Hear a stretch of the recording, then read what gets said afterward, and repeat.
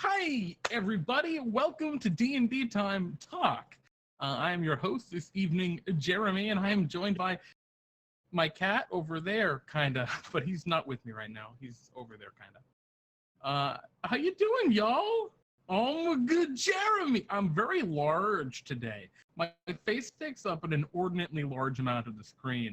I didn't put in, I did not put in a Pete and G. I'm not sure why Pete had the fake Jeremy in there. Pete's trying to replace me with a fake Jeremy? My cat is convinced that I'm being replaced. Hello there, V-Bunny, Matty Morgs, Roger Twy, Vassal Seiju, Bionic Sheba, and the many, many more of you that I'm sure lurk in the shadows. Jeremy. Well, maybe I'll make a super pixely JPEG Jeremy just for all the rest of them. So there will just never be me anymore. Or maybe I'll just put the real me in like the corner of the window and we'll have the fake one up front and center. Jeremy. Well, anyway, guys, welcome to DnDTime Talks. This is a show where usually Pete and I discuss all things Dungeons and or Dragons. Today, I'm going to discuss some things Dungeons and or and that's going to be campaign settings. JRPG was way better than the original. Rude. I mean, JRPGs. JRPG. I don't know. Anyway, yeah, I'm going to be talking about campaign settings. They're real neat. I like campaign settings. There are a lot of them, and I know a lot of people don't really think about that all the time. My cat misses JRPG. Oh, goodness. Well, I don't have JPEGramy. I like JPEGramy a lot. We get the whole JPEG in there. Well, dude, we'll have to work on that. Maybe we'll get it in there. Oh, my goodness. I just noticed your Pride Saba. That is beautiful right there. It's like a little beautiful koi fish, and it's Pride, which is awesome. But yeah, anyway, on topic. I'm going to stay on topic a little bit at least today. I'm going to be talking about campaign settings. We're going to be talking about different types of campaign settings, the different experiences you can get out of them, and we're going to look at it on like a macro level, or very broad strokes, and then we're going to look at some kind of specific campaign settings and talk about them, and it's going to be hype. I hope. I think it'll be hype. Oh, Bartholomew's all Pride too, man. It's great. I mean, he's more psychedelic than Pride, but maybe we can make a Pride Bartholomew. Actually sounds like a great emote. Anyway, yeah, we're gonna be talking about campaign settings. This is gonna be I can tell I'm gonna get very distracted tonight, and that's fine. Chat, as always, if you have any comments or chime in about anything, if you just want to focus on one topic a little bit more, feel free. Just type it along, and I'll jump into chat and see what's going on. But yeah, I guess before I dive right into this, I'm going to talk a little bit about what this week is going to look like. Because Pete's not here for Friday's Pete and Jeremy's D&D time, or for Sunday's D&D time Bruce. I haven't fully decided what I'm going to do for Sunday yet.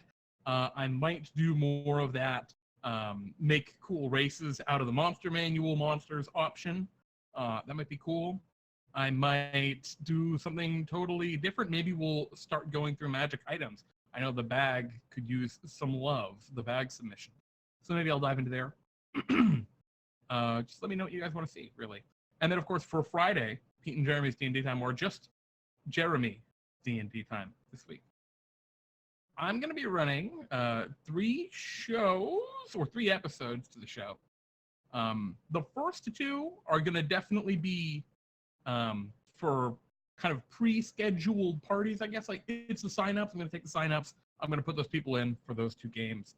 And they're going to be fun. All of the games are kind of going to be tied together into an overarching story. It's going to be weird. It's going to be brutal. It's going to be a little saucy, as all of these things have been requested. And there'll be some happiness in there too, I guess, because you guys voted, a few of you voted for Kind DM. Yeah, it's going to be a lot of fun. Game 3, be ready with a couple of characters. That's all I'm going to say for Game 3, if you want to. But yeah, it should be a lot of fun. And stay tuned for, well, I guess I'll see you Friday for that. It's going to be awesome. Are the games going to be a little more traditional than last week? Sort of, Bunny, sort of. A little bit more traditional than last week for sure. I'll say games 1 and 2 are going to be very traditional. Game 3 is not going to be as traditional, but it should be good. I think you'll like it. There should be a lot of time for everyone to play in and maybe get through a couple of characters too if they want to play more than one. Shiba, I see you asking, how do I run a super low magic setting without shooting the wizard/sorcerer in the leg? Oh, that's an interesting. If that's they just shoot him in the arm. Well, that's an interesting little question there, Shiba. I like that one. So I guess we can kind of start with that, right? So let's talk a little bit about what are campaign settings, and I will jump onto that. Don't you worry when we get down to that low magic kind of setting. So let's talk about campaign settings. We're going to be focusing on campaign settings for 5th edition Dungeons and Dragons.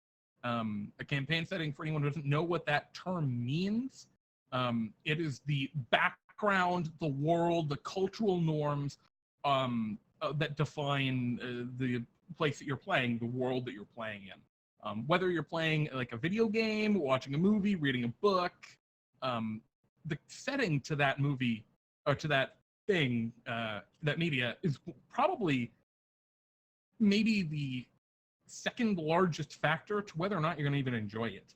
Obviously, characters for some people are a little bit bigger. For me, the setting is actually all I need. But the settings are really important. They help to establish cultural norms. They can inform your players on in the context of Dungeons and Dragons. They inform your players on the kinds of challenges that they may run into, and all sorts of other aspects of the world. And a lot of people don't think about different settings in the context of D&D, but really there are pretty much a limitless number of them, and you can plug in different ideas to play a lot of different types of games. There's not just your one standard medieval Fantasyland game that most people play and most people think about when they think of D&D. We're going to talk about a handful of these, and we're going to take, like I said, a broad stroke at different types of fantasies, and then we're going to talk a little bit more about more specific options later. I see there's a lot of chat going on. If multiple choosers play at the same time, I would say you should make everyone equal level or equal casting or something. Last week I had a few issues to do certain characters being so much higher level than most other characters. I got you, V-Bunny. Don't you worry. It's all going to be good. I have a plan for that, actually. And hello, Face of Jericho. Welcome. It's good to see you, bud. So yeah, let's start with the broad strokes. We're going to talk about the 3 kind of overarching types of campaign settings. I'm going to start with the one that I think everyone knows the best, which is high fantasy. High fantasy is kind of your typical setting. At least it's the default setting for 5th edition D&D. In a high fantasy setting, magic is super common. Magic items exist. Those are kind of the 2 biggest draw, or magic items are one of the biggest draws, I feel like, for players. There are powerful magical creatures like dragons, hags, and other things like that. And they're important and fairly frequent. They're not a rare occurrence for people role-playing in that setting. And normal people don't see magic as necessarily mysterious. Even if normal people don't understand magic, they accept it and accept what it does and what it can do. They aren't befuddled at the idea of a character coming back to life if that is a relatively low-level magic spell.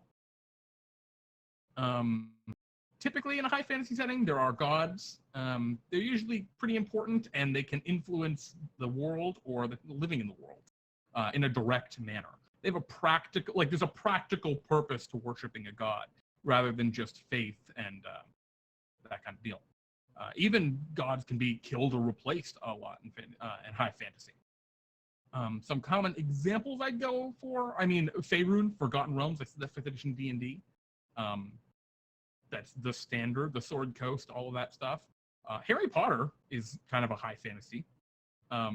Some might argue it's a little different, but magic does wondrous, fantastical stuff in Harry Potter that can't really be explained. It's super commonplace.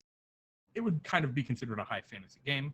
And I feel like most homebrew adventures end up being high fantasy, even if people don't go in wanting that, because magic items are really fun and dungeon masters can't help themselves. Let's see.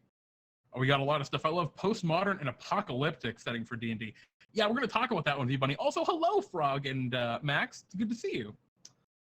Yeah, we're definitely going to spend some time on postmodern and apocalyptic, V-Bunny. I really love them as well. They're really cool, really underplayed settings. Same with sci-fi in Dungeons & Dragons or cyberpunk, as Bionic Shape was pointing out. Our low level of magic and uncommon magic are different, so you should cover the difference. Yeah, that's very true. So high fantasy doesn't necessarily have to be ultra powerful magic. It's just a common occurrence of magic. There is a lot of it in the world. In the idea that if an adventuring party goes out on an adventure and they go to some ruin or into a cave or fight someone else, they'll probably find some magic items. I mean, it's going to happen, probably like relatively frequently. And that's what I kind of define as a high fantasy setting. Having powerful magic does not make a setting high fantasy. And we're going to cover that when we talk about the other two kind of broad strokes. But yeah, the big things that people really, I think, are the biggest draws of high fantasy, at least for me, it's a power fantasy. You get to feel like a hero. You get to feel like a villain. You're very powerful. Your player characters tend to be much more powerful than normal people, civilians. And the civilians expect you to be a hero, right? Or a villain, one or the other, right? They acknowledge that you are more powerful than them, the normal bystanders. And so you defeat heroes, defeat other villains, whatever. That's a big draw for a lot of people, I feel. It's one of the biggest draws to the experience of playing in a high fantasy setting. Exploration of lost or strange places. Because of the pervasive existence of magic, being able to explore bizarre magical places are another big draw, like planar travel, for example. Being able to go to different planes of existence, like the Feywild or the Shadowfell or something like that, are also kind of hallmarks of a high fantasy setting. Now, something that a lot of people don't think about, stuff like teleportation or a bag of holding. I think the biggest hallmark to high fantasy is exactly those two features. They seem very different, but what they do is they let you ignore mundane tedium, especially as you level up. The higher level you get, the less you have to worry about normal things that like a human would have to worry about. Like carrying things. Oh, I have a bag of holding. It goes in there. Done. I don't have to worry about weight. I don't have to worry about carrying capacity. Oh, I don't have to worry about food. I can conjure good berries. Oh, I don't have to worry about the place I want to go is on the other side of the world. I can teleport there. Ignoring that kind of mundane tedium is a staple of the high fantasy kind of gameplay. And it can also be very humorous. Because of the very pervasive influence of magic, you can get some really funky stuff, some weird things. It can be goofy sometimes, even in the most serious games. And that's because of the power discrepancy. Even if you're trying really hard to make a super serious game, you end up in a problem where player characters, and at least in 5e, right, 5th edition Dungeons and Dragons, are very powerful. They're very powerful. When you get to level 5, you can cast a fireball that fireball kills humans, kills a commoner. There's no hope. They're dead. Straight up. No matter what they do on their saving throw, they die to fireball. And so, even just at level 5, the power discrepancy starts to get really, really high. And it can detach players. It can be hard to really focus on more gritty kind of realism, I guess you could talk about in the world. And so other topics like magical challenges, other foes, powerful monsters, the gods, right, or the very foundations of existence, or other sorts of magics and sorceries, they're really the relevant challenges and threats in a high fantasy setting. I noticed a ton of chat going on. We're talking about Eberron, I think, and all sorts of other shenanigans. Would Eberron be considered high fantasy or its own unique thing? Well, I think I would classify it under high fantasy, but again, I'm using high fantasy as a very broad stroke. I'm going to put a lot of things into high fantasy that most people would not think about as high fantasy. And as we go along, that'll make more sense. But it's a great question there, Bezel Zeju. And yeah, Eberron is high fantasy plus some other stuff mostly. I'm with you, Roger. Roger Dwight. We got some comments about steampunk. We'll talk about steampunk in a little bit too. Well, the lightning rail. Hello, Shukan. Welcome. It's good to see you, bud. Yeah, Eberron is steampunk. Yeah, I agree. Even though, yeah, it is technically hexpunk. We're gonna talk about that stuff. But yeah, so that's high fantasy. It is your super magical. Magic is common and pervasive. There are different levels. Like obviously, if you get to Eberron, where there's magical stuff everywhere, that's a lot more common than maybe the Forgotten Realms, where little towns might not have any magic in them. But both of those would be considered high fantasy because the world has a lot of magic in it, and it has these very magical beings and things like that in them. So I'm going to talk next about, this is weird, middle fantasy? Middle fantasy is not like a real term, but I really like it because, and I know a lot of people do use it, because I think it describes probably right now what's the most popular fantasies. Game of Thrones. And I would even say The Lord of the Rings.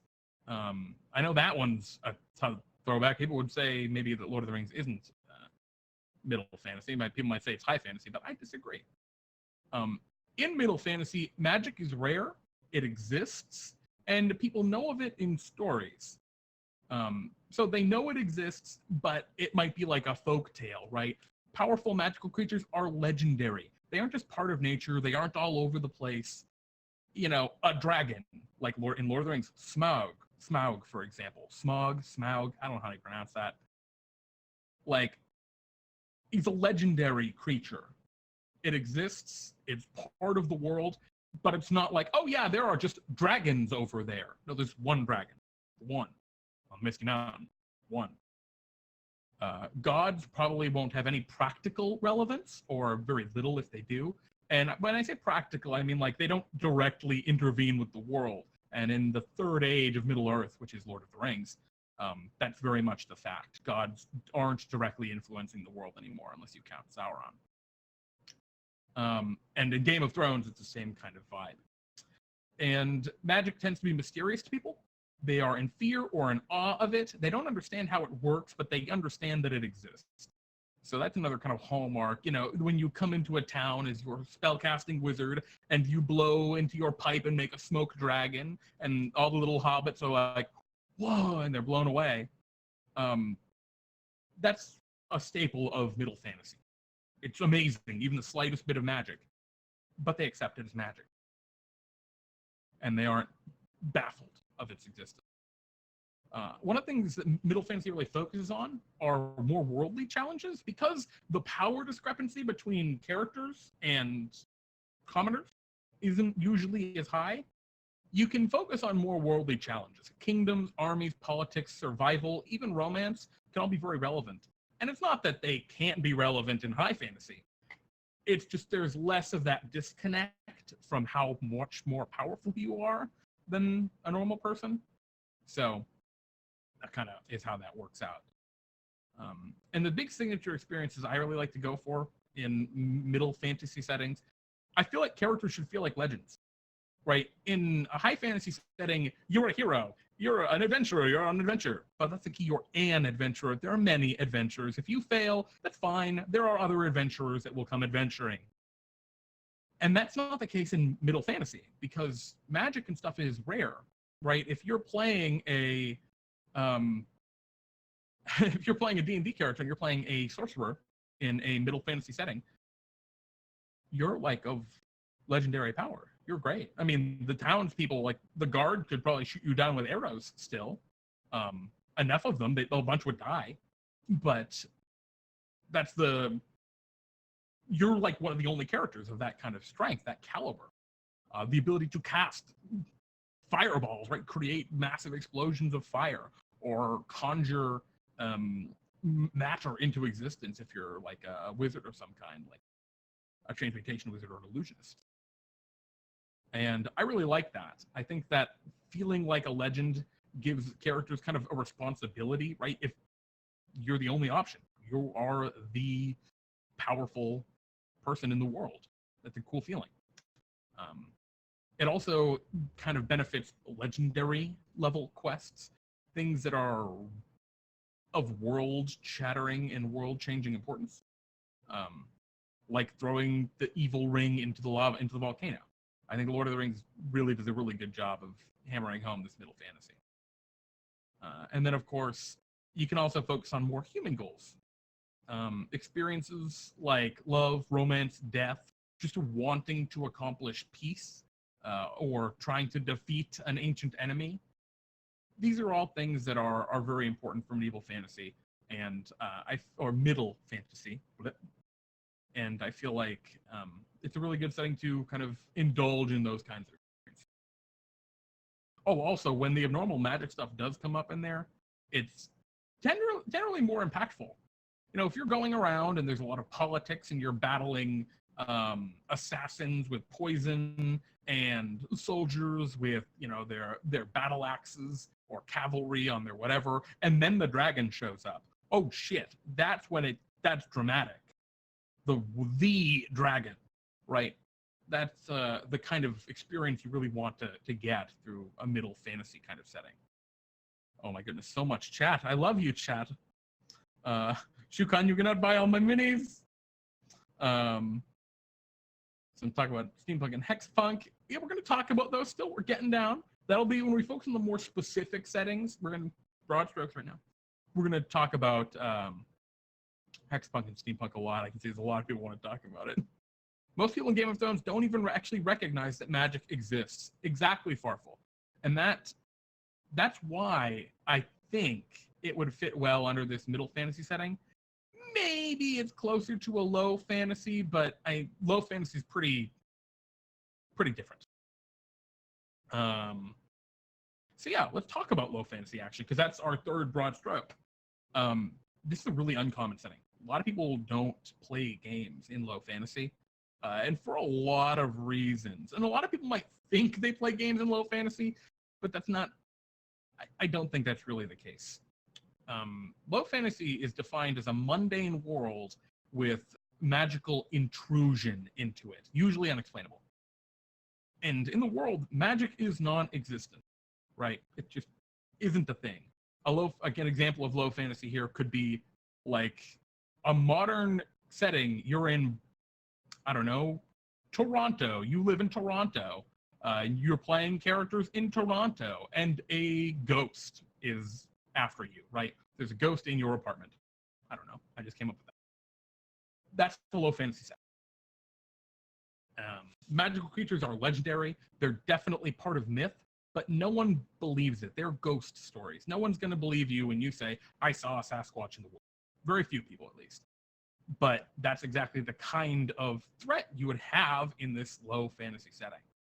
Gods have no practical relevance in low fantasy. They exist, people can worship them, but they do not influence the world in any direct manner. Or if they do, they are the magical intrusion, and they are very infrequent when they do so. Survival, politics, romance, business, all of that kind of stuff is super common in a low fantasy setting. And the biggest thing about it is you feel like a normal person. Because oftentimes your character is just a normal person, you know, you can be powerless to major world-changing events. You can have responsibilities, right, to support or defend others, such as family for your character or a community that your character is a part of. And there are major consequences to your actions. Even if, you know, in the most basic situation, I roll to intimidate this shopkeeper to get a better price on this thing, right? Say you're buying something.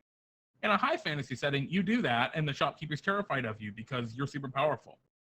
In a middle fantasy setting, probably fairly similar if they even realize you're powerful. And in this low fantasy setting, you get arrested because they call the police or the guard or something, or they fight you and they beat you up. Those are can be typical hallmarks of low fantasy setting. Generally speaking, there'll be more strict gameplay. For example, tracking of resources can be very important, especially in a more survival-focused setting. And if sometimes you aren't just the normal pleb in this low fantasy setting, sometimes you're playing as the magical intrusion. Maybe you have access to the magical intrusion. Maybe it is a magical ancient weapon, right? You are an archaeologist and you found an ancient laser gun in the pyramids of Egypt, and now you have a super powerful magic weapon or something. That can be a low fantasy setting.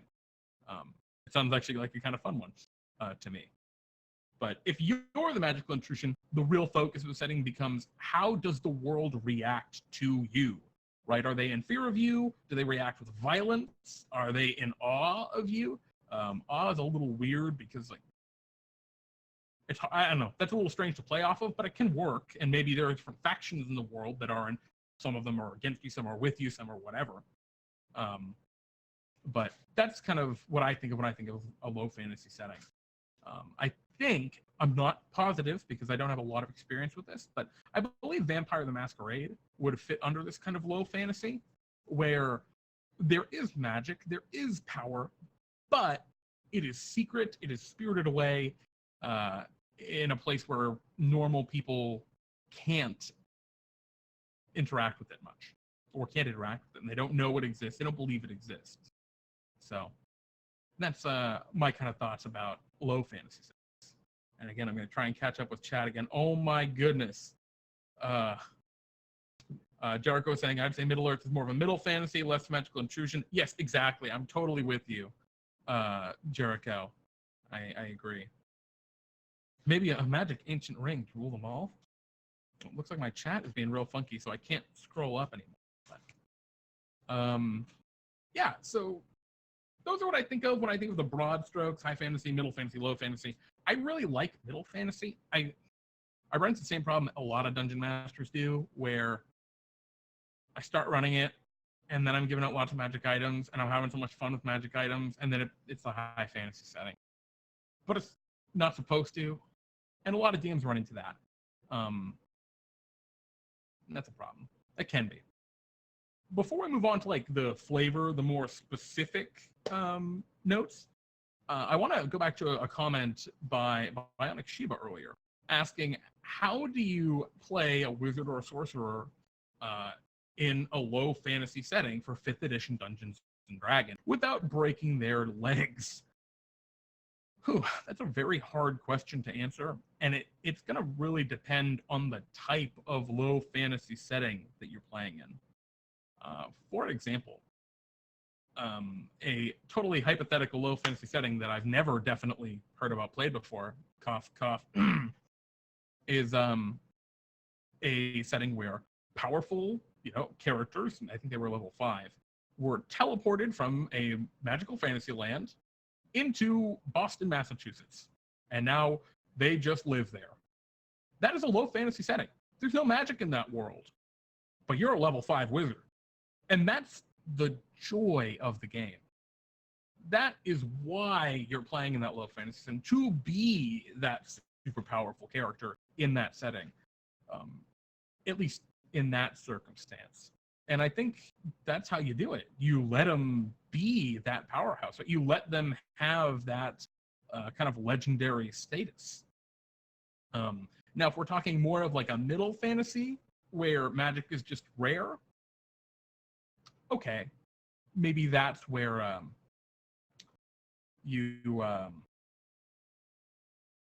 still think you still let them do it, right? I feel like that's what most of those settings tend to be. I just think you let them roll with it, and you just play the world accordingly. Even if you're a level 5 wizard, you can cast Fireball and kill 70 commoners, or whatever in one shot. Now we need a high fantasy versus modern technology campaign. Yeah, I know, Sheila, right? Even if you're that super powerful wizard, right? you can have things that are threatening to you. Like a rhinoceros is just a creature. An alligator is just a creature.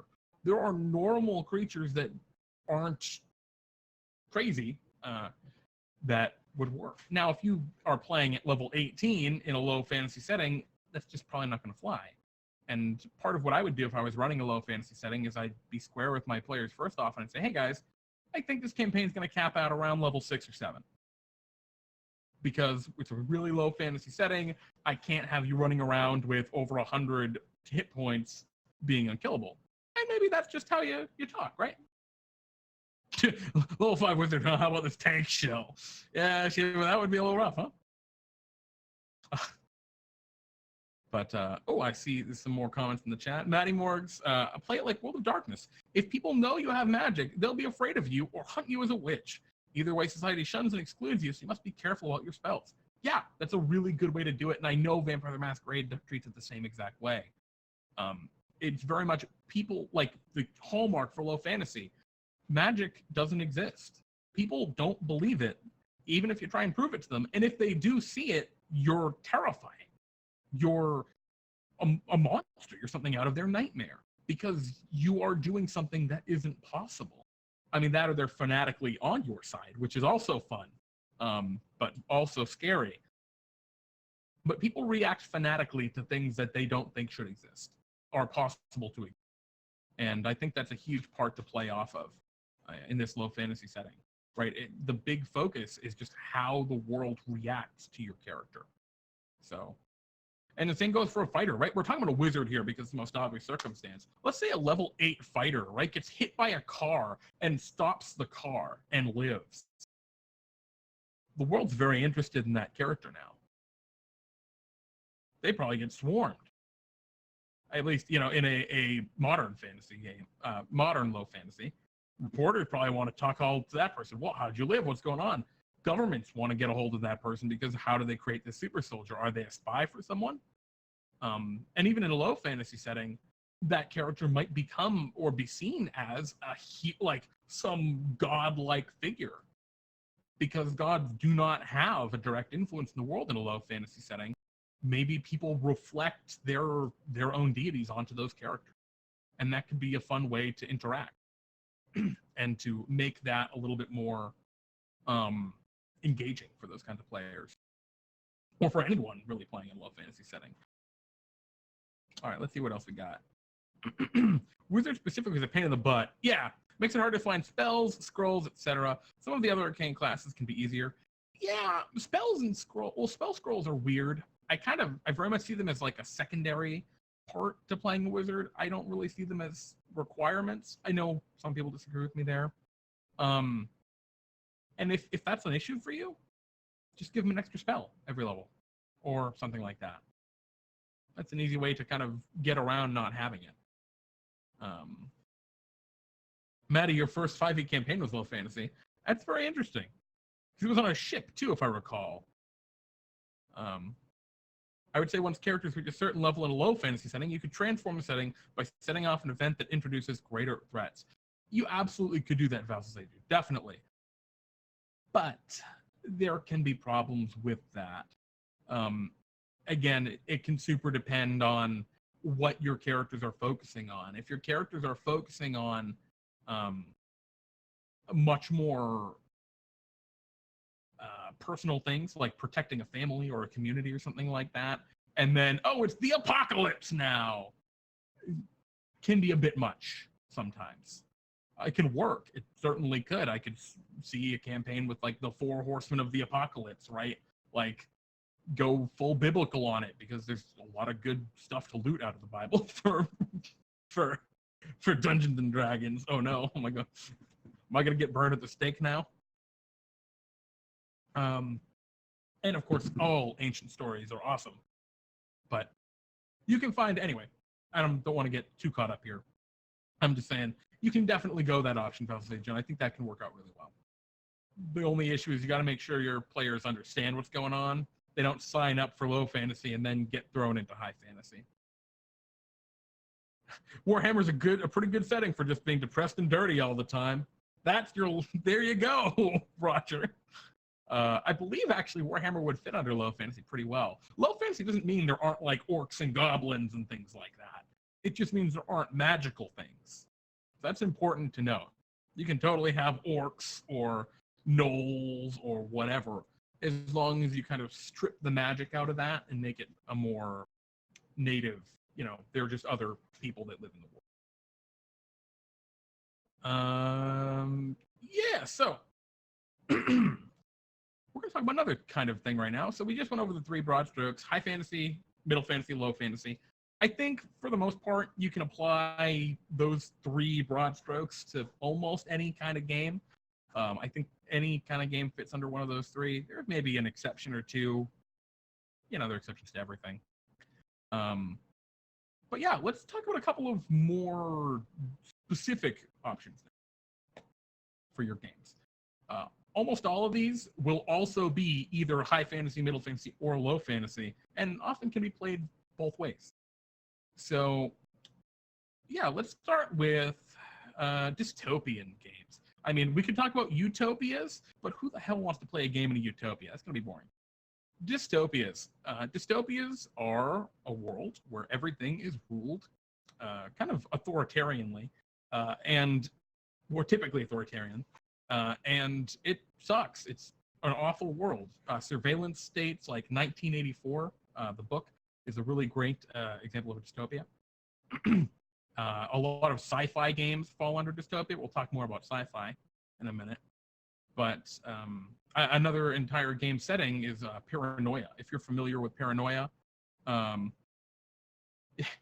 dystopias are utopias, depending on where you are class-wise. Yeah, fair point, Chiba. But paranoia is a great game where you serve friend computer.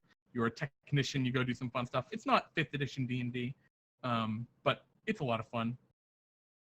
I would also argue, if you're familiar with Brandon Sanderson's work, he's an author, Mistborn would fall under this kind of dystopia. And in that setting, is for a dark world, there's almost no magic to it, except for a few potent magical things. There are some magical creatures. There are some people that are infused with magic. There is the big bad evil ruler of everything who lives forever because of magic. That would, I think, I'd put that under a middle fantasy, maybe to low fantasy, because of how infrequent all that other stuff is. But yeah, it's a very interesting setting. It's a lot of fun. Fallout dystopia, also lower fantasy. Well, I'm going to talk about Fallout right now because we're going to talk about post-apocalyptic. I think that's an entirely different genre because we're talking about genres here right now, right? We talked about the overall kind of basic settings. Now we're the genres within. Fallout, if you ever played the Fallout franchises, a post-apocalyptic wasteland. There's nuclear radiation everywhere. There are distorted, mutated monsters. You have crazy guns crafted from all sorts of different... yeah, I wouldn't as well, Crowley. But it could seem like that to certain people. You could play it, I think, as low fantasy. Anyway, sorry. So you got crazy guns that do all sorts of absurd stuff. And your character can enhance themselves with with drugs, magical power-ups to do inhuman things, move at inhuman speeds, resist inhuman conditions, all sorts of things like that. It's really neat. I think Fallout would definitely fall under that middle fantasy setting as well, where those drugs, I say middle fantasy, right? I'm saying there's magic. Well, there is. All of these creatures are super, the super mutants and things like that. They're all magically changed. You have these crazy magic items that you have, all sorts of different guns. That mirrors the same kind of design. You have these power-ups that give you superhuman magical abilities, right? Yeah, I mean, it's a little more frequent, but then maybe your standard middle fantasy in terms of like the common occurrence of like super mutants or things like that. But I think you could make a very good argument for it being in that middle fantasy setting. I think the very big, like truly fantastical things in Fallout are rare enough to fit under that legendary category. Borderlands is low fantasy. I'm not sure I necessarily. I don't know. I've never played Borderlands, so I can't talk too much about that, Basil's Age.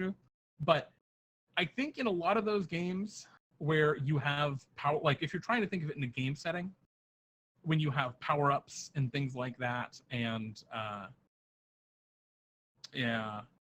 other magical effects, I'd probably put that more toward the middle, but you could say it's low too. I mean, it depends on how you run it.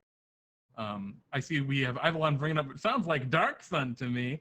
Yeah, Dark Sun. Dark Sun is a actual campaign setting for Dungeons & Dragons. Currently has been updated for 5th edition, was last updated in 4th edition. And Dark Sun is really cool. I want to focus on this setting for a little bit.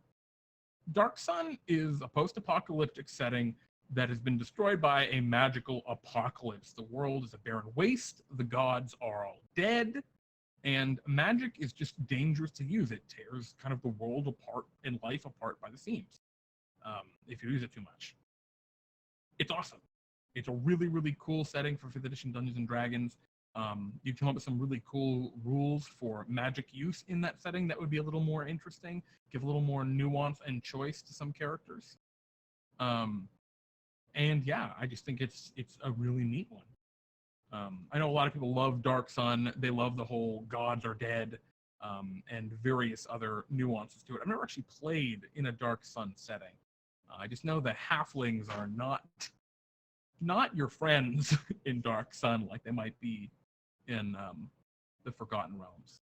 But in all of these post-apocalyptic settings we've kind of mentioned, the biggest focuses tend to be on survival, right? It's going from point A to point B. The wilderness isn't someplace you just go out to explore. You travel through it by necessity because you have to. You struggle with rations and terrible creatures that you have to battle. It is a game of survival.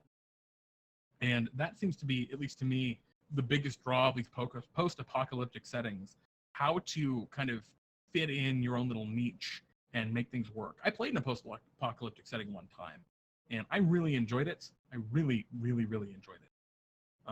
I was an evil character. Evil characters shine in post-apocalyptic settings because of that very survivalist approach to them, right? It kind of rationalizes being bad. It can be a lot of fun. And yeah, in that setting, the biggest focus that we ended up going for, right, is how to kind of achieve a stability to there. We really focused and honed in on those very human goals. We started a business of sorts. I mean, it was selling drugs to people, but you know, in Dungeons & Dragons, you can do whatever you want.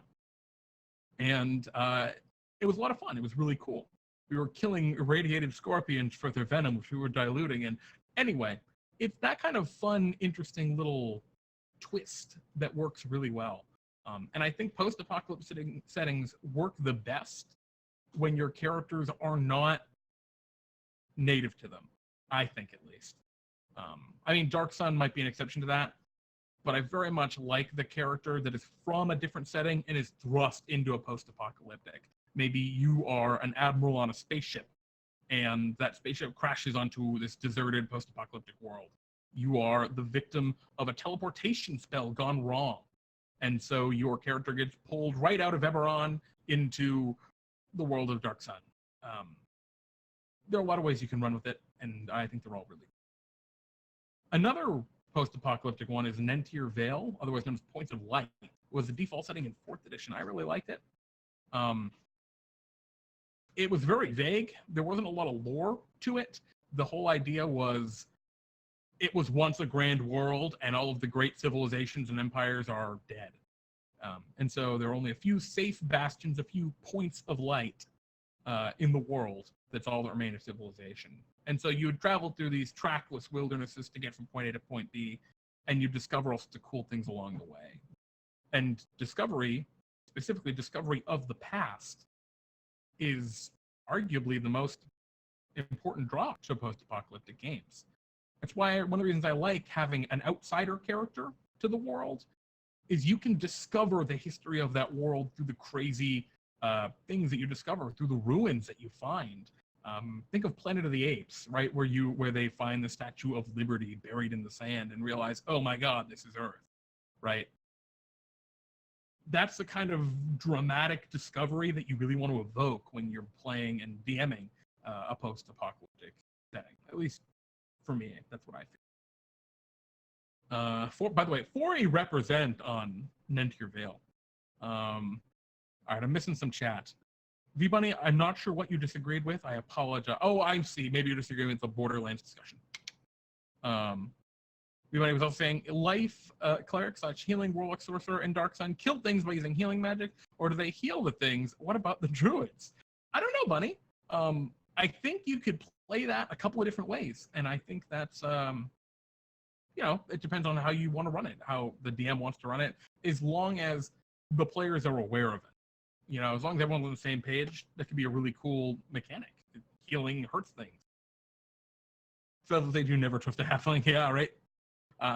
And she was saying, I feel like post-apocalyptic is kind of hard for 5e because post-apocalyptic is very heavy on survival, whereas 5e is about adventure. Yes and no. I think 5e definitely has the tools for a really good survival game and survival gameplay. You'll definitely have to come up with some things on the fly, but there are lots and lots of little rules in the Dungeon Master's Guide. They aren't all in one convenient place for a survival game. But, a little bit of prep time, knowing you wanted to play a survival heavy game, you could pull those rules out of the Dungeon Master's Guide, make yourself a little cheat sheet, and you're good. Stuff like extracting venom. That's something that can very frequently happen in a survival game. Oh shit, we don't have any we used our last weapon to kill our last arrows to kill that giant scorpion monster. Let's extract its venom and try and put it onto pointy sticks so we have at least something, right? That's the kind of resourcefulness that I would want to see out of my players in a survival game, and I would want to do if I were playing a survival game. And, if there aren't rules for it, you can make them up. 5e does have a surprisingly large number of little rules like that, like harvesting venom and things that you wouldn't necessarily expect. And yeah, Maddie, a great comment by Maddie Morgs. Tomb of Annihilation is an awesome module if you're looking for rules for survival or discovery. There's just a lot of cool resources in there, including some poisonous plants or other sort of dangers you may run into while exploring a jungle environment. Or a post-apocalyptic environment will work too, that you can use as templates to build your own or to just reflavor. Oh, that was a mouthful. How you doing, chat? You keeping up? Yum, yum, yum, yum. This is very delicious, by the way. I love this strawberry tea. Anywho, so the next thing I really wanted to talk about is, chat, you've been all about this all day, steampunk and or hexpunk. I love these. It is, in fact, but I'm staying here. But good pickup on that, V-Bunny. Steampunk and hexpunk. I love steampunk and hexpunk games. I mean, who the hell doesn't, right? The idea of flying around on your airship, which is kind of the hallmark of steampunk, right, is an airship. It's just excellent. It's so cool. The very mechanical aspects to it. It's great. But steampunk and hexpunk are a genre. They aren't a setting. They aren't even a subset. Let's talk about a couple of them. Eberron, mentioned a few times, has the lightning rail. Super fast, kind of magically powered, pseudo-magically powered train. Eberron's all about magic. It uses magic to solve daily problems. There may be a cistern in the middle of town that magically generates water. Perhaps there are street lamps with powerful or very weak magical enchantment. People may have self-sweeping brooms. These are all kind of hallmarks that you'd expect in Eberron. Super common magic, which means Eberron is definitely a high fantasy setting. I would call it maybe hexpunk. Hexpunk just means magic as technology, where steampunk is mechanical steam and gears as doing weird technology things. Really, steampunk is mechanical things making magic happen in unreasonable ways, where hexpunk is magic making mundane things happen in ridiculous ways. Everyone's a really neat setting. Again, one I haven't really played in extensively. I've wanted to for a long time, just haven't gotten around to it. But it's super popular. There's a module, or not a module, there is the Wayfinder's Guide to Eberron currently on the Dungeon Masters Guild. It's in beta, which means it is a book that is currently being modified and developed. It has not been officially published or released yet. But if you want to check it out, I think it's got to be like only 15 or 20 bucks. It's pretty reasonably priced, and you'll get the free updates forever. It's just a really cool book. Definitely worth checking out. I have some issues with some balance in it, but I think overall the content there is really good. And I believe there's a second supplement out now for it. I can't put my finger on what it's called. Jericho, it's time! People without a soul don't love steampunk. That's very true. Flying ships in Eberron too. Yeah, exactly, everybody. I love the flying ships. Jericho's asking, what about the punk part of those worlds? How would you define that, Jeremy? Yeah, I think the punk part of that is freedom. I think that's kind of the core of steampunk and hexpunk settings. Yeah, all right, you got gears and steam and brass and leather under steampunk. You've got magical stuff under hexpunk. But the key to it all is freedom. It is a wild, free kind of thing, right? It is enabling characters to do things above and beyond possibility, right? That's a lot of the time why steampunk and hexpunk games fall under that high fantasy setting. They are above and beyond, and I don't think they often quite hit anime levels of like super high magic. It's not 15 episodes of fighting of a single battle, but maybe they do. I don't know. But yeah, they enable you to do quite a bit. And be very free with how you want to explore the world and engage as in a role-playing way. Some more classic, or not really classic, but some other steampunk and hexpunk settings. The American West, for some reason, has become very popular. I haven't played in it, but I get it. Cool spider robot things, Wild West, cowboys. Again, freedom is the big key there. I can't even begin to tell you whether that's high fantasy, low fantasy, or middle fantasy. It's definitely not low fantasy because it's steampunk, but yeah, it's something.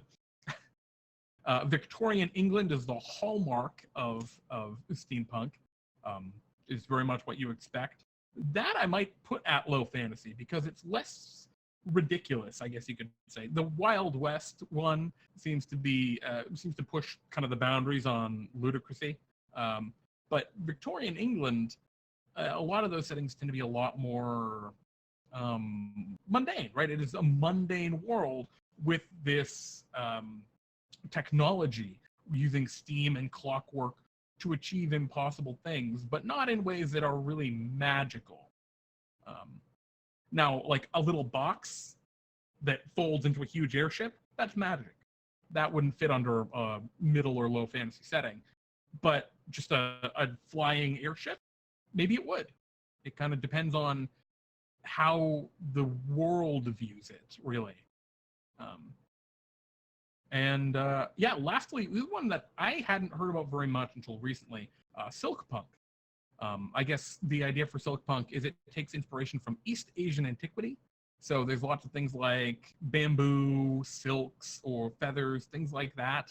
All sorts of callbacks to kind of seafaring cultures of kind of the Pacific, South Pacific, rather than the brass and leather of traditional steampunk. It's a neat, cool idea. I just haven't really explored it a lot. But again, I think regardless across all steampunk, like the hallmark of post-apocalyptic was survival. I think the hallmark of this steampunk, hexpunk stuff is going to be the freedom. At least for me, the freedom in play. I miss a whole bunch of stuff. Low fantasy, high tech. Yeah, exactly, Shiva. Well, the problem is sometimes tech is a fantasy in its own right. Like with sci-fi. Stargate from Stargate SG-1. Star Trek. These are high fantasy as far as fantasy is concerned. I'd actually say Star Wars is probably not really science fiction. You could call it science fiction. I'd probably say Star Wars is closer to low fantasy. No, not low, middle fantasy than necessarily higher, whatever. You know what? It's got a Death Star. That's pretty big. The new Star Wars is definitely high fantasy. But yeah, science fiction, I'd say, would fall under those kinds of categories, right? Planescape, if you're going for a more Dungeons and Dragons oriented game, is another great setting back from second edition D&D, where you travel between planes on spaceships, battling all sorts of crazy aliens in space. Like, it's crazy. Science fiction games, I don't know. I think for me, it's exploration and finding that crazy new thing. What new experience am I going to have, right? It's, for me, the big draw is just every experience is different from the last, and you can run into literally anything, and that very much fits hand in hand with that high fantasy kind of scope. Let's see. Farful saying steampunk was coined as a way to describe the steam technology that was essentially just a joke on cyberpunk. Yeah, exactly. Yeah, Dishonored is totally steampunk. Yeah, I would agree. I've never played Dishonored, but I've watched all of the gameplay of Dishonored. It was really cool. I liked it a lot. Slick Punk is a bit more on the green tech side of punk. Yeah, I totally am with you with that, everybody. Star Wars is a Western movie, not a sci-fi. I don't know, man. A magic wizard saves a princess from the evil. I don't know. I don't know. It's kind of fancy to me, but you could call it a Western. I really don't care too much. It's all on the frontier anyway. Yeah, people call it science fantasy, Jericho, exactly. Because the existence of the Force is less about science and technology or whatever. In the case I'm saying here, high fantasy, the magic can be technological magic, or it can be magic. Technology doing impossible things, like, for me, in this definition for high fantasy, would count as high fantasy, would count as magic. And so that's kind of where I say, all right, maybe Star Wars is on the middle fantasy level because they aren't so far as to teleport around, and there really aren't that many supernatural creatures. There are aliens, but those aliens are just basically humans. They just look different. Whereas in Star Trek, where people can teleport, they can conjure things, matter out of nowhere, that definitely fits more on the high fantasy side, I think.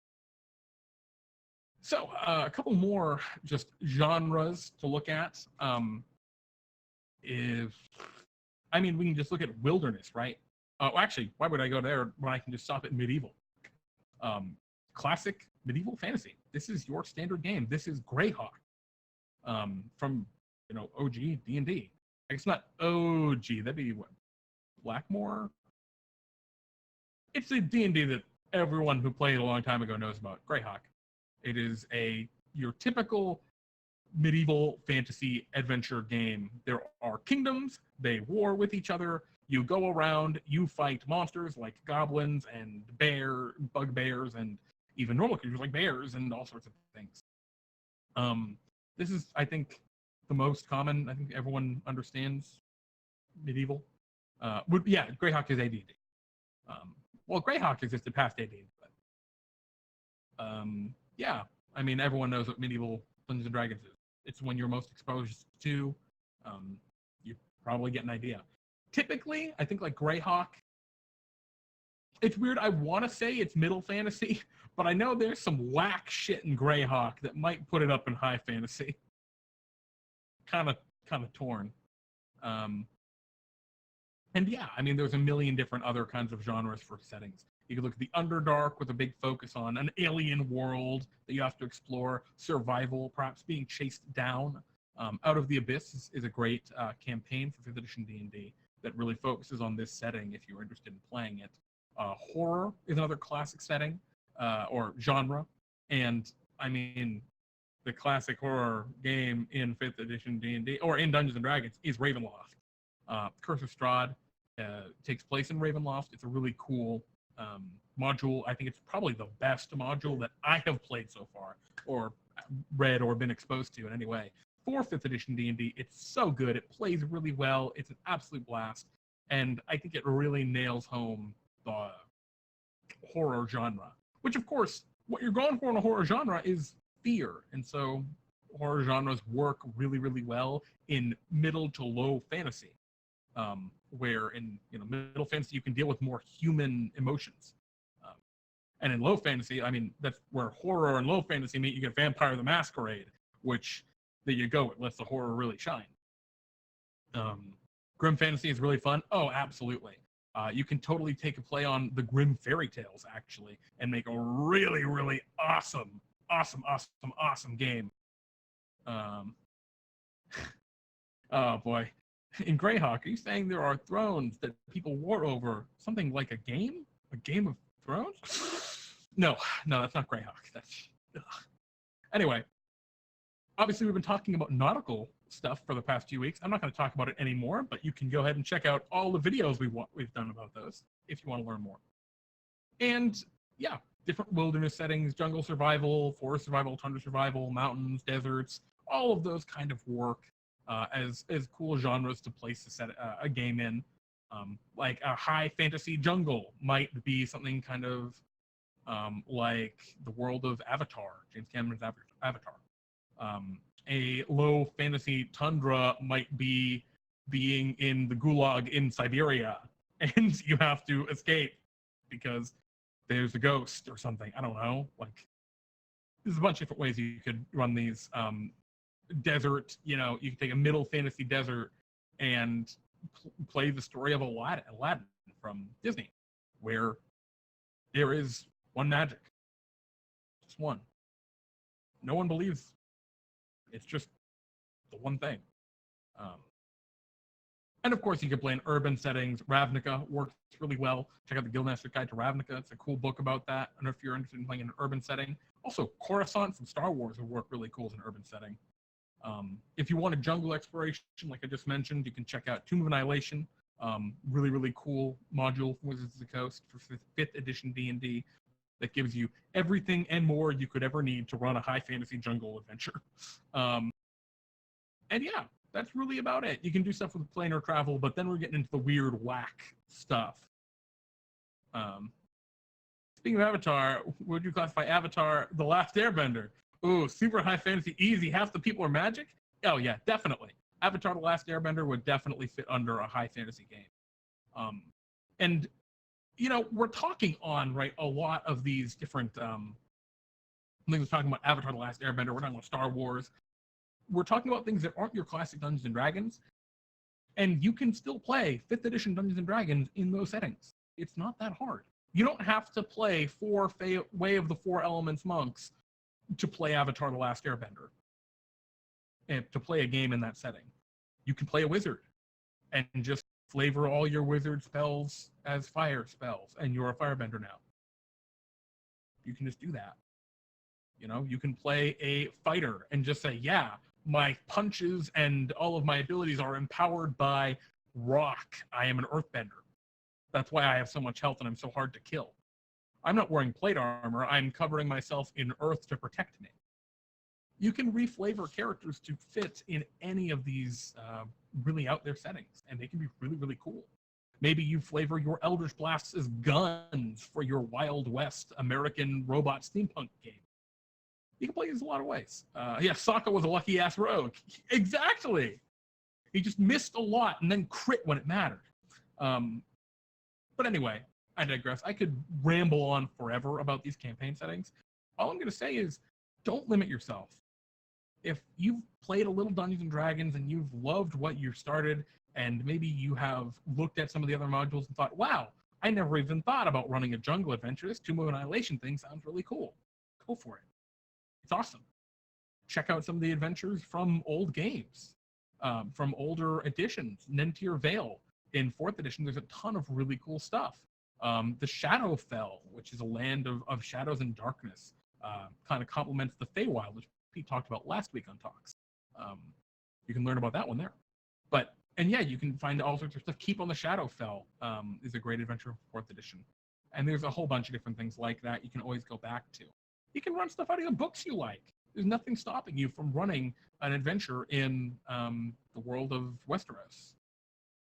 Really, there's not. I mean, I wouldn't want to do that, but that's just me, because my characters would all die. But, you know, to each their own, and explore these different settings and enjoy everything that D&D has to offer, because there's a lot more than most people think. That was a lot of rambling on my end, but I hope you guys liked it. I hope I was able to kind of keep up with you guys in the chat. Oh, I really like the high fantasy silk hexpunk. Don't forget the warships. Yeah, I mean, actually, exactly. Like, you see little bits of silkpunk in Avatar: The Last Airbender. I don't think it would quite qualify as a silkpunk setting, but maybe. Oh, but those are all metal. Those might be steam. Well, I don't know. Not the point. There's a lot of different stuff. Some of these interweave a little bit, and that's part of the fun of it. So yeah, have fun, explore everything D&D has to offer. Now, I will explore everything that you have to offer to me in the form of a question, as I go through the questions in the Ask Pete and Jeremy channel on our Discord. You can just jump in there right about now. I'm going to put a link to our Discord in the chat. Hop down into Ask Pete and Jeremy channel and ask a question, and I'll answer it. It doesn't have to be about campaign settings. It can be about really whatever you want, but just try to keep it, respectful.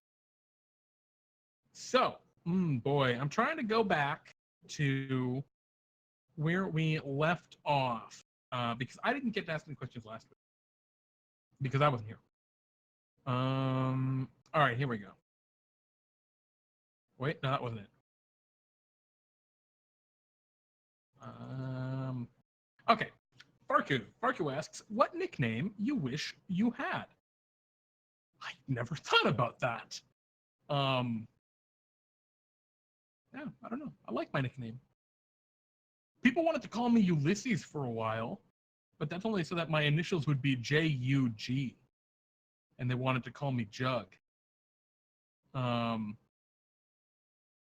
don't know, Fargo, I'll think about that one. V-Money asks, do certain players just annoy the garbage out of you? Do certain characters just annoy the garbage out of you? No names necessary. V-Money, everyone can get to everyone at any point, right? There is definitely a point for some characters or some players that can push anyone over the edge. Anyone can get frustrated if something isn't going their way or if they're having a bad day. But no, there's no one in DnDTime, I think, that I play with that just annoys me. Genuinely, no. There's no one I would point to. Or characters, for that matter.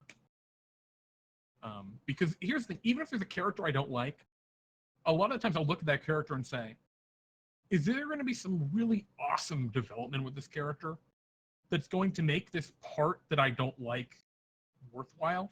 And the answer is not always yes, but oftentimes it is, and that's great. I love that. I guess actually Bionic Sheep is asking next with the next question, but I wanted to point out, and no name's necessary, but I really like the character Biyoshi that Sheep has been playing, because I like to see how this character is developing. It's neat. It's a cool experience to witness. So that kind of stuff is awesome. Even if Biyoshi did bother me a little bit. Not for the character, but for the suboptimal play. Oh, that kind of stuff. Anyway. I say suboptimal. Is there a thing as optimizing to not be effective? Bionic Shiva asks, Jay Pigger me and Pete and G stream when? I don't know. Blood Deuce is asking, what's my preferred image compression algorithm? I'm really sorry, I'm JPEGramy, but I'm very much a fan of PNGs. Question to both of you, is there, this is just me. Is there a food that if you were at an all-you-can-eat buffet, you would fight, argue with the person for the last one of? whatever that food is, and if so, what food. I don't think I'd ever fight anyone over food. I love me egg rolls, Cantonese style, Chinese takeout egg rolls. Oh my god, so good. But I don't think I'd ever fight someone over. Maddie Morgs asks, "Oh, a Jer Bear. I do like Jer Bear actually, Shiva. That's the nickname I think, but it's not a nickname I wish I had. I've had Jer Bear for a long time. Sorry, Maddie Morgs asked, "What is a memorable cleric you've played or run for, and what made it so memorable?" I really liked played or run for. Well, I'm going to go back to my first D&D character. I was a cleric. I was the last player to the table, and my dungeon master said, "Well, you're the last one here, so you have to be the cleric," because that's how we were then. And I said, "Oh, okay. How do I do that?" And I love that character. I love that character to death. The thing that I thought made it memorable for me is this is my first time playing D&D, and I was like, "Oh, I'm gonna go against the grain. I'm gonna play an evil cleric that tortures the monsters and defeats them and will just execute them because he's super brutal. But it's all in the name of justice and doing the right thing." And I like that. I thought it was really cool. It was in 4th edition. I was playing. I think I started in 3rd edition actually, but most of it was in 4E. And I was an Azamar, which in that or it was a Deva, not an Azamar. We called them Devas then, even though Devas are different sort of now. That Devas have a cycle of reincarnation with their life and death. So this character was on the brink of corruption. They were a falling Deva, where if this was their last life of chance, if they could redeem themselves or fall to darkness. And it was a lot of fun. I really liked being that champion of justice, trying so hard to do the right thing and destroy evil, but being evil in the process and not knowing, not realizing. I just thought it was fun. Willowheart 2019 pot stickers. You're right. Screw egg rolls. I'm with you on the pot stickers. Those are great. All right. Pot stickers are also welcome, Willowheart. It's great to see you. In a Westeros game, the DM is George R.R. Martin. Oh, so you've never played a game? Or how long do you have to wait between games? I think really the question, Jericho. If George R.R. Martin's the Dungeon Master. She was asking, anything exciting from E3? I am not familiar. I didn't get to see it, fortunately. Farfel asking, Farfel asked a question I don't know the answer to that first one. Amy Adams plays a cartoon princess world thing. I don't know. I have no idea what you're talking about. But is the Stormlight Archive high or medium fantasy? I'm thinking high. Yeah, I think so. I would count all of the spren, right, the spirits that are so pervasive in that setting as likening of high fantasy. Then the magic that they can provide. I think the same kind of go. Yeah, I think that would be the case. I think Stormlight Archive would be easy to mistake as middle fantasy, but if you understand the whole thing and you've read the whole thing, you know everything that's going on, you'd get it. You'd know it's high fantasy. I'm with you there. Can you name one piece of media for each level of fantasy that you haven't named yet and isn't the 80 Adams movie I keep bringing up? God damn it! Name one piece of media for each level of fantasy. So high fantasy. Christ, I don't know. God, now he's throwing me under a bus. I wasn't ready for this. I'll come back to this Farfel, hopefully. Where did Pete go? She asks. Pete's on vacation. Jericho asks, what's my favorite TV show? I don't know. I don't watch a lot of television, Jericho. I don't watch like any television. I think I'd say Top Chef because that's the only TV show I watch at all. Why did Pete go? Farfel asks. He needed to leave. He needed vacation. How did Pete get there? Probably by transportation. Maybe he flew there with his arms. It's going to be very tired when he gets back. Oh, Sheba already got the movie Enchanted. Thank you, Sheba. That's what you were talking about when you posted that. Oh, wait. Oh, big oof. Yeah, no, Cyberpunk 2077, I'm very, very excited for, actually. That's it. I actually already pre-order. I don't play games often. At least I don't pre-order games. I pre-ordered that game immediately. Very excited. Do you have any nicknames? Yeah, I mean, Jer Bear, Jer, Gem. That's it. Worst pet peeves in players. I think I'm very clear with it. I don't like when players troll. I don't like when players try and get the best of me and try and get a reaction out of me when I'm DMing. That's something that I really dislike. It really irritates the hell out of me. And worst pet peeves in general, I really hate when people try and get a reaction. I don't know. I can't really think too much of that. Half-assing things bothers me. I feel like if you're going to do something, do it right. I mean, it's better than not doing it at all to half-ass it, but I don't like half-assing things either. What's your favorite jelly bean color? Ooh, yellow. Wait, yellow was lemon, right? Yeah, yellow. Every time. Jeez, there's so many questions now. What is the most recent tabletop RPG character you have played? Probably Woo Woo, I think. I think Woo Woo Wakusi, my no-armed kobold friend, who's a druid who transforms into beasts that don't have arms. What is the most emotional in-character moment you've had playing a tabletop RPG? I'm really glad you asked that, Jericho. It was in the post-apocalyptic game I was playing at. Well, in-character moment for me. So I was a character. Yeah, I was in that game. And in that game, me and the other player characters, we had barely survived an incredibly dangerous trek across the wilderness. And me and this one other character, so my character was a weapons dude. He was kind of an assassin. We lived, before we were in the post-apocalyptic, wastes, we lived in a floating city that was like, a utopia, whatever. But my character was the bad guy in that utopia. He killed people, he disposed of people for basically the mafia. My character got caught and got banished to the wilderness along with some other guys. So it was, I think, 3 people in that campaign. Me and one of the other dudes immediately teamed up. We broed up. He was kind of mad scientist dude. He was all about science and creating magical stuff to buff himself up. And then the third guy was like, lawful good. I was a city guard who was wrongly accused and kicked out. And so we just kept sending him on near suicide missions to go and battle giant poisonous scorpions alone while we plotted. It was pretty bad. He almost died a lot.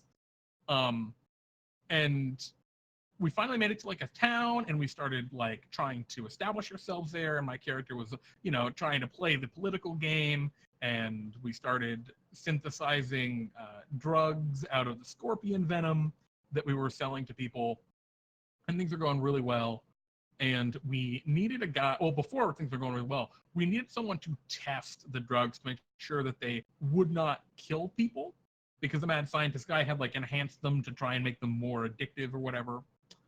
And so we got this dude, and we offered him a lot of money, or some money in the game, whatever the currency was. And we had him come back a bunch of times. We kept giving him some free stuff, and we really got in good with this guy. And it's like, oh yeah, he's got a family. We figured that out because we thought we might need to use them as leverage against him. All sorts of different stuff. And it was we were at a point where we needed to leave because the local mafia people in that settlement that kind of ruled the shadow rulers of this ramshackle settlement in the wastes had started not liking us. And my character brought that guy up to the top of kind of basically a ruined building and talked to them for a while. And talked about his hopes and dreams and all that kind of stuff. And then I shot him in the head. And I felt like sick when I did that. I felt like, oh my God. It was brutal. I did not feel good. I was like shaken for that whole night. It's a very interesting moment because I get very much in the head of my character. And yeah, I'd become like friends with that guy as we've been like working with him in the town. But when we had to bail, he had to go. Yeah, I couldn't leave a trace behind. But yeah, it was interesting. Yeah, think of the rabbit, Flinny. Now, unlike that, the last time I shot a character in the head in Dungeons and Dragons was in Curse of Strahd, and I didn't regret that at all. I didn't feel bad about that at all. That was a literal look at the fishies. Look at the fishies, Bluto. Anyway, what else? Coke or Pepsi? I prefer Coke. Fuck Pepsi. Pepsi's too syrupy for me. Even so, diet for either. Thank you. And this stuff before any of that. This strawberry infusion tea lemonade. Bagel or toast? Ooh, that's tough. I think bagel because they put cream cheese on bagels and it's delicious. The bagel is the vehicle to get cream cheese into my body. M&Ms or Skittles? Skittles all the way. I'm a sugary sweet dude. I'm not a M&M. I'm not a chocolatey. I like chocolate, but I'm more into the sugary sweets. Jelly or jam? I don't think I can reasonably answer that question, buddy. I'm sorry. I don't know. I'm not experienced enough in jelly or jam to really comment. 5e or Pathfinder? Jericho, please. 5th edition every time. Pathfinder, I think, is needlessly complex. I think you can accomplish enough in 5th edition D&D by making some reasonable rulings to the Dungeon Master or reflavoring enough abilities to, for me, get enough of a fun out of the game. I would rather have less mechanics and leave more room open for role-playing. Bob's or Vagina? I'm not sure what you mean, Farku. But I think Bob is a cool dude. If you could put together a highlight reel of all your time playing D&D or other tabletop RPGs, either of your own characters or characters you have DM'd for, so basically all highlightable moments, what would a few of those highlights be? Jesus, that's a hard one.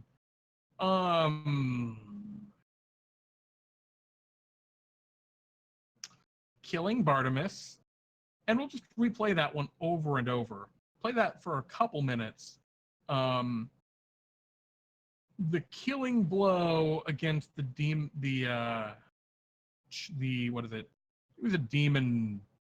No, it wasn't the demon. It was the blight worm in that same campaign. Later in that fight, actually, the end of the fight where Bartimus died at the beginning. That end, the cry of our sword-wielding wizard, I found this sword in an ogre's belly button, stabs the main bad guy to death. That would be on there.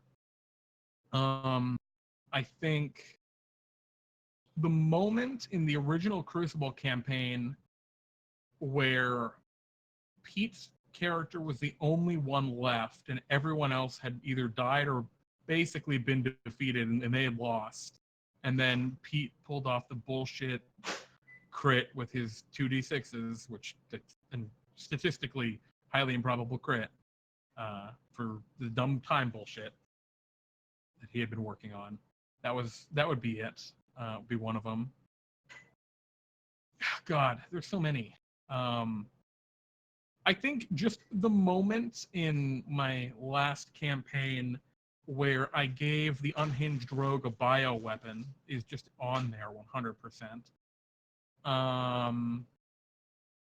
Oil of slipperiness as a sex toy would definitely be on there just for the yucks. There are a whole number of different things that would go on there.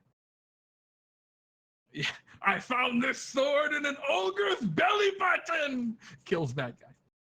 Yeah, I mean, just some very good moments. I'm sure there are tons more that my brain knows. I mean, just the whole first oil of what? You heard me, Bionic Shiva. Anyway, Jericho asks, where is Gamora? Who is Gamora? Why is Gamora? I don't know. Max asks, since I'm going on vacation soon, if you could go anywhere in the world for vacation, where would you go? I like that question. Where would I go? You know, I haven't been to a lot of places, and there's a lot of the world I really would love to see. I would really, really dig seeing like the pyramids. That'd be awesome. I'd love to I want to see the wonders of the world before we destroy them all inevitably, because humanity is destructive. Yeah, I'd also love to go to the Bahamas and just chill out on the beach and see some cool animals swimming in the water. Yeah, basically, I want to see the natural wonders of the world, right? Nature and the beauty of nature, before we destroy that.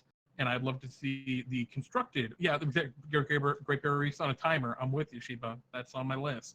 That I should probably move that up quite a bit on my list, actually, now that you mention it. But I want to see the natural wonders, and then I want to see the man-made wonders. So those are kind of my priorities. Cake or pie? I think I'm a cake dude. I like ice cream cake. I also like chocolate cake. Assuming neither is a lie. Yeah, definitely the cake. But even if I'd take apple pie over probably a lie cake. But if neither is a lie, I'll go for Jericho asks, why is humanity so destructive, since you just brought it up? It's human nature. We destroy. We build and we destroy. The difference is we can't always rebuild what we destroy. We build really cool new things, but we can't always put everything back together again the way it was. That's just how it. And last question of the night is going to be Max Meister typing right now. Sheba, it was a triumph. Tonight was a triumph. And Max asks, if you could go to a fantasy place, D&D related, for vacation, where would you go? Oh, it's great! I would go to fucking Eberron and I'd go shopping. It'd be awesome. Normally that's not what I would do, but oh man, I would kill to just go to I don't know, what's that city called in Eberron that I just don't remember? I think it begins with an S. I go to big city in Eberron and buy lots of cool, magical, fun things. Oh, it'd be wonderful. So yeah, that is the last question tonight on Ask Pete and Jeremy. And with that, we come to an end of DnDTime Talks. I just talk because it's only just me. There's no Pete. He's not talking. So yeah, thank you all, as always, for being here, for hanging out with me. I hope you guys enjoyed the little talk. I know I did. I love talking about this stuff. And I hope to see all of you, or as many of you as would like, on Friday for Pete and Jeremy's D&D time. Like I said, it's going to be a pretty good week.